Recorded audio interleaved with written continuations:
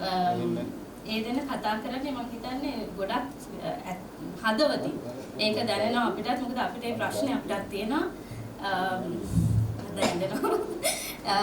so when they speak it's moving and it motivates us as a citizen, as a mother of 2 kids, as a person who works full time, as a business owner. I think people like myself usually prefer, as they rightfully pointed out, not that we prefer, but we are occupied with our daily lives or our duties at home, that it is very, we prefer to ignore the political aspects of this country or the legal aspects. So unless we are seeking legal support, we would not engage with what's going on much because A, we don't have the time, and B, we don't have the knowledge or the understanding, as they rightfully pointed out. And I think this was the case for a long time till the crisis. I feel that the crisis was in a way a blessing that helped broaden our knowledge about the current political system in this country, the rule of law by which we are governed, or so we think, or so we thought, and all the aspects of the citizens' sovereign rights. I first heard this Janata Paramadhikare Balaya from Mr. Nagananda. That's the first time I heard it. And in fact we had a session explaining exactly what this is. I went to his whole family, my husband and we went and asked, what's this?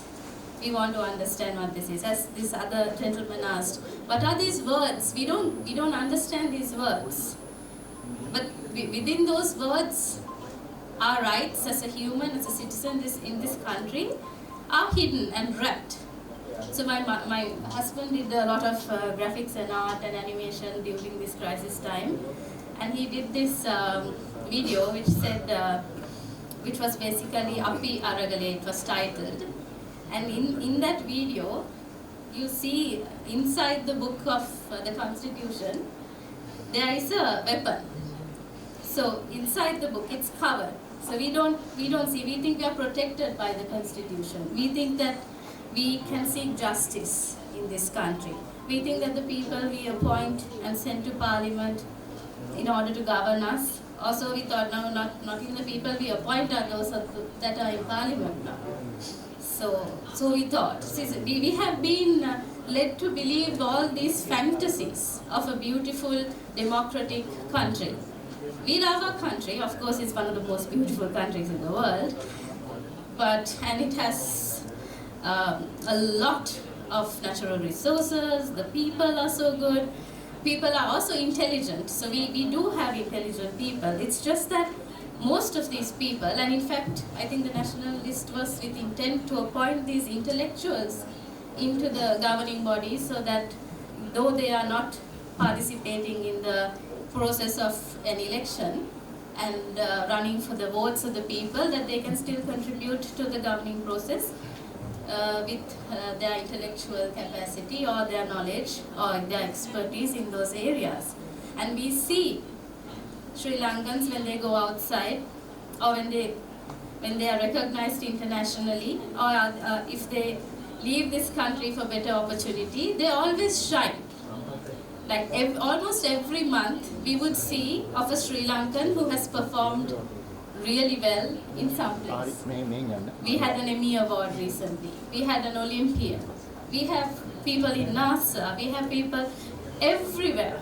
And this from a small country, from our little population, we have managed to produce people with that kind of quality. So that means we still have, and as Sugandhika pointed out, if our people are going to leave, and which they are, and we are left with the people who have no means to leave, so there is resentment. So they want to leave, but they can't leave, so they are resenting every moment they're spending here. So that is not a good population. They're not a productive population because they are going to be there's resentment that's governing them. And then there is, let's say some of us, you Mr. Nagananda is one of those people who are still here for some unknown reason, which this reason is unfathomable for most because it's not something tangible. So people are used to measuring a certain person's actions by tangible things. So let's say, okay, why is he here? He wants to run for this and he wants to be president and he wants to go through the same route and he wants to have the same benefits. That's why he's here. Or Ms. Sugandhika, she must be here because she has some other benefit. She's looking to run for elections in the future or whatever it is. So that they are trying to put these puzzles together with what they know already.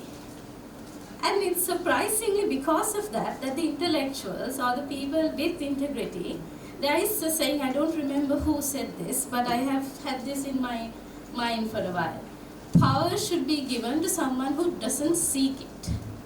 So that it's not power that they're seeking, it's the role or the responsibility that comes with that title that they're suitable for. So they're not seeking the power.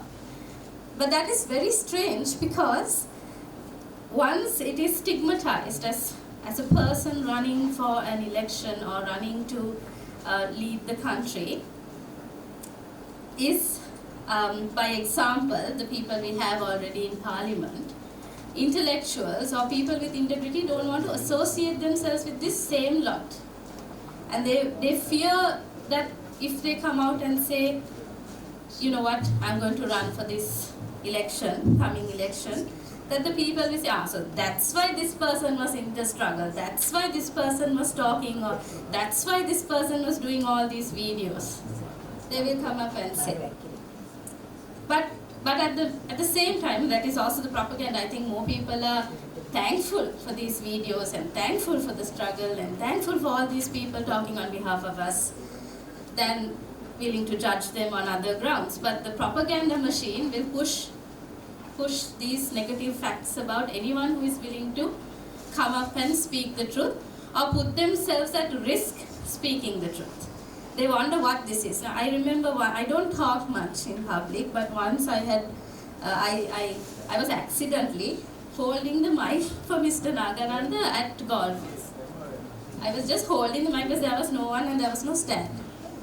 And in the night, on that very day at close to 12, I get a call from a random person claiming he didn't have to claim, he was basically threatening me and telling me in Sinhala, ඔය නාගානන්දලා එහෙම ගෙනල්ලා එක කතා පවත්වලා අහුවෙන්න එපා ඒ වගේ.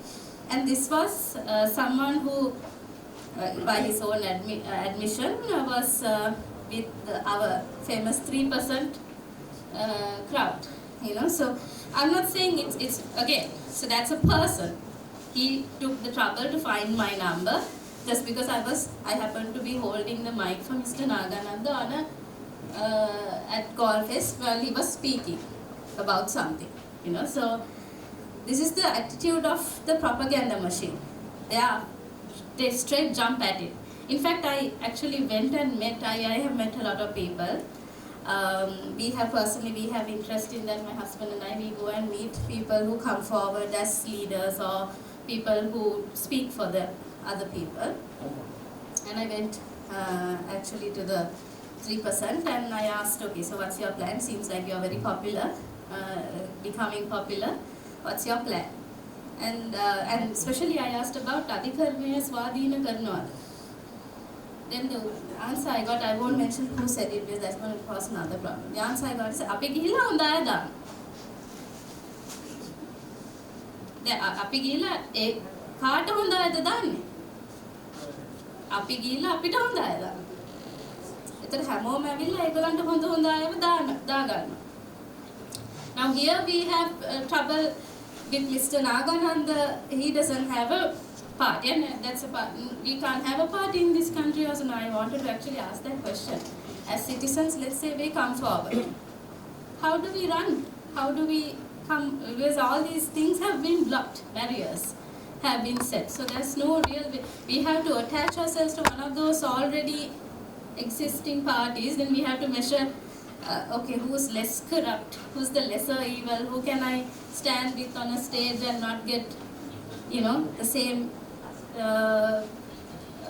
negative stigma that they already carry. How can I come? So then there are people that I know who come and say, you know what, we have to get into the system to make this change, so I'm going to do this. Please support. I get that. I'm like, okay, so who are you? So that's a huge problem because they can't run as independent people. They have to go to a party and then who to select. It's an unending thing. And the more I have been made aware of these things, it's like a plague. The number of lawsuits that you have initiated, and apart from that, the things that we hear. Now I heard Sugandhika, you were saying අපේ සමුදුරු සම්පත්නේ ඉන්දියාවෙන් ගන්නවා කියලා. දැන් ළඟදී ගියා නේද? පල්ලෙහා අපේ ඔක්කොම ටුවරිස්ට් ලොකේෂන්ස් වලට වෙනස් ඉන්දියාවේ. අපේ උණ වටුන ඇල්ල, who owns that land? Not Sri Lankans. So we are saying tourism is our main bread and butter, and tourism is going to save the day. But we have sold our tourist locations to foreigners, and the money that they are making is not in this country. They are going back to those countries, and this was recently brought to light by certain activists who are also in the struggle, who are living down south, etc. And luckily, thankfully, it came into the media's attention, and the media reported it, and there seems to be some action going on. I hope it gets through. So again, it's just that we as citizens, as people like myself who are not aware, like Mr. Nagananda is always accusing, instead of අපි ගව සම්පතක් වගේ ඉන්න නැතුව අපි තව එන්න ඕනේ. ඉතින් ඇත්තටම මේ ගව සම්පත කියන්නේ ගව සම්පත නෙවෙයි. අපි ඉතින් අර කරත්තේ පැද ඉන්නේ, ඒකයි ප්‍රශ්නේ. අපිට කරත්තේ දාලා පොඩ්ඩක් එන්න අමාරුයි. ඉතින් but I came here today specifically just so that others like myself would find the motivation to at least listen to a very important mistake in our constitution like this. It's basically daylight robbery. We have been robbed out of our sovereign rights. So I think this is at least something that we should, if not for the other matters, this is something we should be part of, we should talk of. So I just wanted to say that. I want to thank you and Sugandhika and all here for the efforts you all have made so far. Thank you.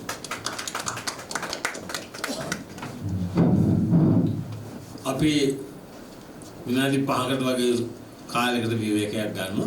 මොකද මෙතන පොඩි settings වෙනස් කරන්න ඕනේ.